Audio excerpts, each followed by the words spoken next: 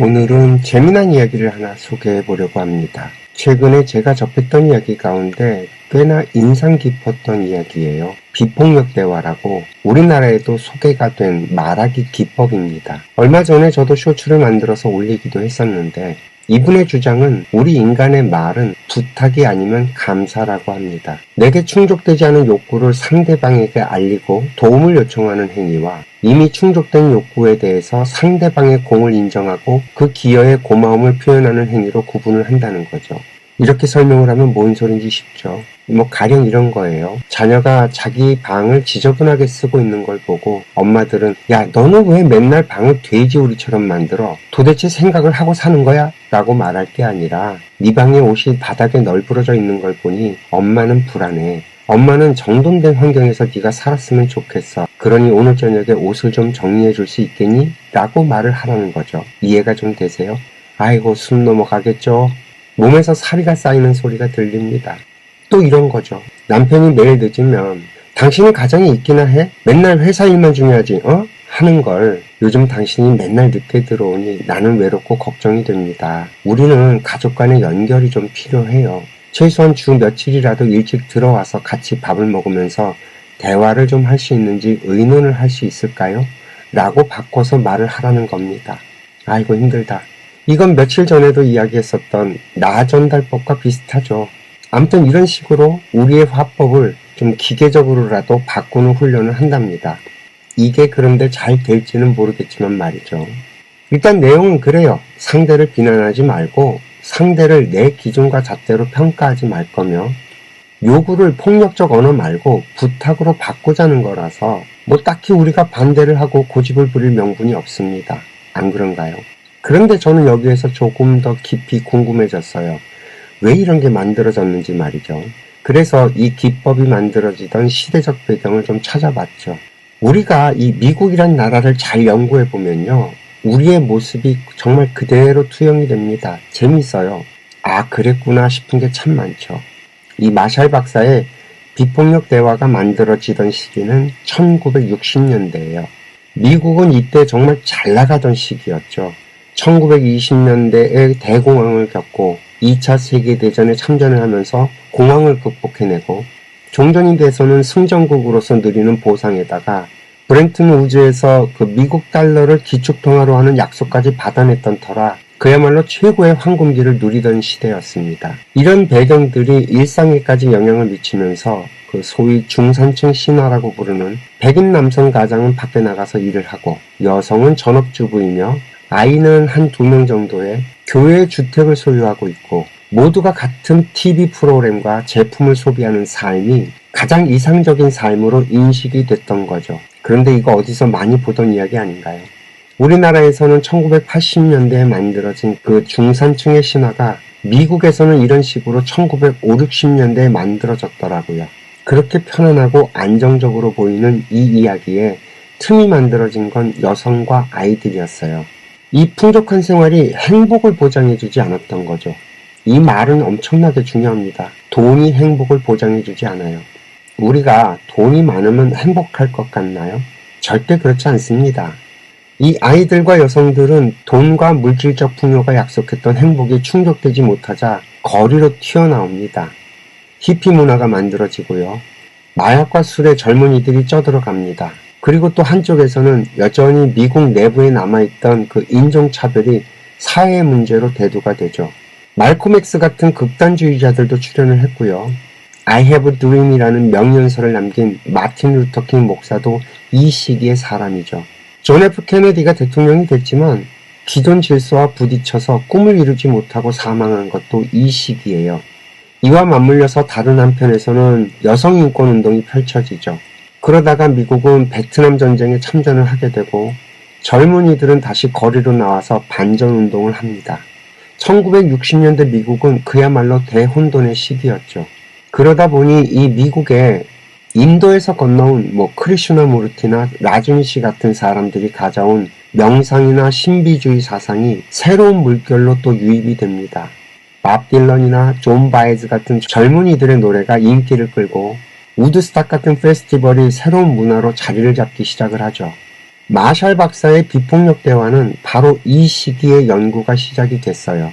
인종차별, 남녀차별, 세대 갈등 같은 문제들의 해결 방법을 찾는 연구였죠. 저는 이 이야기를 보면서 대한민국의 상황과 어쩌면 그렇게 똑같은 길을 걸었는지 싶었죠. 대한민국도 가난을 벗어나기 위해서 몸부림치며 고도의 성장기를 겪다가 이제 허리를 좀 펴고 고개를 들어서 숨을 돌리던 그때 88 올림픽이 열렸죠. 이제 좀 살만하다 싶었던 시기에 사람들의 그 숨겨져 있던 욕구가 올라오면서 부닥치게 된 게 80년대 말 90년대니까 우리는 미국이 걸어갔던 그 길을 그대로 따라 걸었던 셈입니다. 미국의 문화는 딱 이때 바뀝니다. 지금 우리가 알고 있는 그 프라이버시 존중과 매너라는 문화가 만들어져서 일반인들에게 자리를 잡게 된 게 바로 이때예요. 이 문화를 만드는데 1등 공신이 제가 볼 때는 그 나전달법이라고 하는 토마스 고든 박사의 부모 효과 훈련이라고 하는 프로그램이었고요. 또 이 훈련을 거의 몇백만 명의 부모들이 교육받았다고 하니까 그 파급력이 어마어마했을 거예요. 그리고 또 다른 하나가 바로 오늘 얘기한 마샬 박사의 비폭력 대화입니다. 말투 하나만 바꿨을 뿐인데도 사회 전반의 분위기며 문화가 싹 다 바뀌게 된 거죠. 놀랍지 않나요? 그전까지의 미국은 우리들의 아버지 어머니 세대들과 별반 다르지 않았다는 거예요. 그들도 세대 갈등을 겪었고 그걸 이런 교육 프로그램을 만들어서 해소를 시켜갔다는 거죠. 이해가 좀 되셨을까요? 재밌죠, 이 이야기. 말을 바꾸기 위해서는 일단 생각을 바꿔야 하는데 뭐가 문제일지를 찾는 연구와 그 연구의 결과로 우리의 말투를 바꾸는 게 좋겠다며 이것을 국가적인 차원에서 지원해가며 전 국민들을 교육시키니까 그 사회의 전반적인 문화가 바뀌어버린 겁니다. 이 이야기를 보면서 저는 우리 인생학교의 프로그램이 얼마나 과학적이고 현실적인지 다시 한번 느꼈어요. 제가 지난 연말쯤에 대한민국 자살제로 프로젝트란 이름의 영상을 올리고 이제까지 시청수가 얼마 되지도 않지만 그때 제가 제안드린 태권도 합창 연극을 우리의 공교육에 정착만 시킨다면 앞으로 미래 세대는 절대 그 자살이란 단어가 나오지 않는 시대를 열 수 있다고 했습니다. 말투만 바꿨을 뿐인데도 이 교육이 한 나라의 문화를 바꿔버렸다면 저희 인생학교의 제안은 너무나 쉽고 간단하고 한 방에 자살 문제를 해결할 수 있는 방법이 아닐까요? 저는 부디 하루빨리 저희들의 제안이 널리 알려지기를 희망합니다.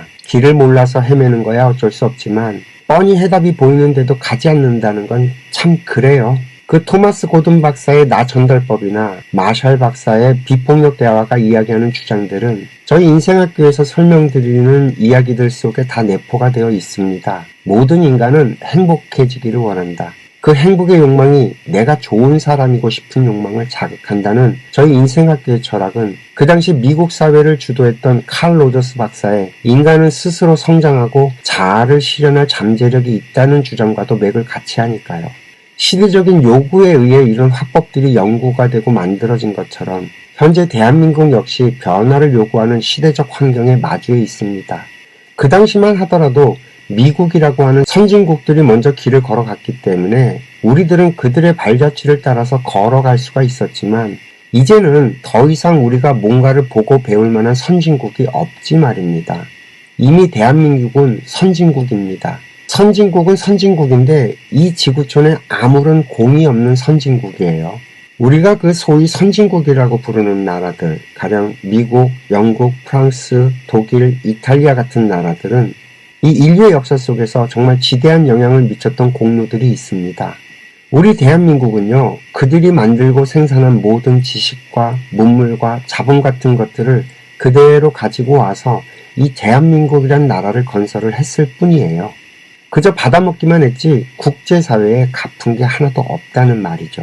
하다못해서 우리가 한국전쟁 당시 우리나라를 구하기 위해 이 나라에서 피를 흘리고 죽어간 그 수많은 청년들과 우방국들의 참전용사들에게 우리는 뭔가 돌려준 게 없어요.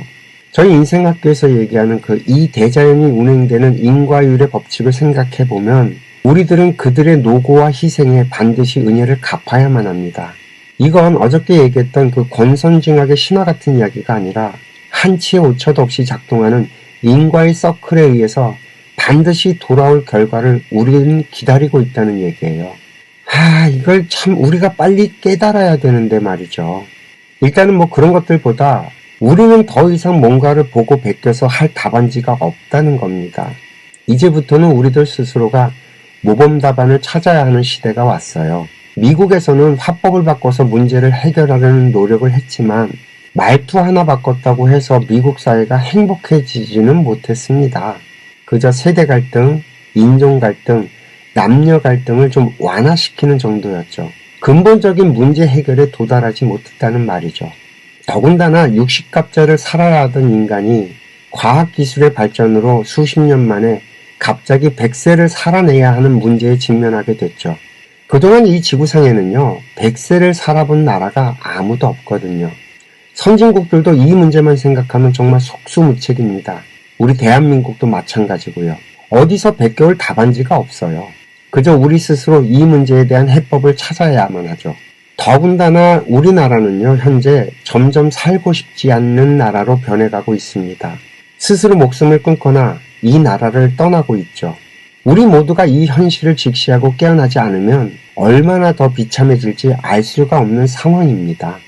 그래서 저희 인생학교에서는 이 행복 바이러스를 이 나라에 전파하려고 이렇게 듣기 훈련 프로젝트와 말하기 훈련 프로젝트를 만들어서 제공을 하게 됐습니다. 일단은 내 스스로가 먼저 행복해지는 길을 찾자는 거죠. 물론 누누이 말씀을 드리지만 인간은 혼자서 행복해지는 길은 절대 없습니다. 그저 우리들의 훈련은요, 일단 행복을 가로막고 있는 우리들의 생각을 좀 정리하자는 거예요. 이 생각이 정리가 되면 일단 괴로움에서는 벗어납니다. 괴로움에서 벗어나게 되면 이걸 해결할 수 있는 여유가 생기고요. 스스로 생각할 수 있는 힘도 생기죠. 그 힘으로 내 앞에 한 사람을 바르게 대하는 노력을 하는 겁니다. 그러면 그 사람과 잘 지낼 수 있게 되겠죠. 그렇게라도 일단 둘이서 잘 지낼 수 있게 되면 여기서 만들어지는 에너지 주파수가 주변에 파동을 일으키게 되고 그 파동을 따라서 그 옆에 사람도 변화가 일어나게 되지 말입니다. 물론 이 일에는 정성이 필요합니다. 다시 여기에서 중용 23장의 구절이 필요해지는 거죠. 작은 일도 무시하지 않고 최선을 다해야 한다. 작은 일에도 최선을 다하면 정성스럽게 된다.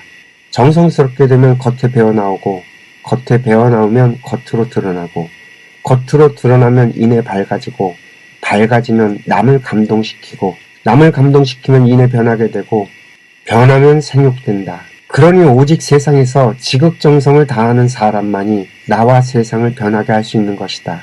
그래서 이런 우리들의 생각의 변화는 스탠리 밀그램 박사의 6단계의 법칙과 페이스북이 증명했던 3.5의 법칙을 따라서 삽시간에 이 지구별의 모든 사람들에게 전달될 수 있다고 저는 확신을 합니다. 웃음 바이러스, 행복 바이러스의 전이 현상은 우리의 뇌 속에 자리 잡고 있는 거울 뉴런 시스템을 통해서 바로바로 전달이 될 수밖에 없으니까요. 이해가 좀 되셨을까요? 화법 하나만 바꾸고 끝난 미국을 넘어서서 이 지구별의 인간 사회가 가지고 있는 모든 구조적인 모순을 우리의 힘, 우리의 방법으로 바꿔내는 모델이 바로 인생학교의 듣기훈련 100일 프로젝트와 말하기 훈련 100일 프로젝트인 겁니다. 그러니 이 거대한 역사의 시점에 서신 여러분들은 정말 프라이드를 가지셔도 좋을 겁니다. 이 프로그램을 마칠 때가 되면요, 여러분들의 말은 세상을 바꿀 힘을 갖고 있을 거니까요. 이해가 좀 되셨을까요? 오늘도 시청해 주셔서 감사하고요. 행복하세요.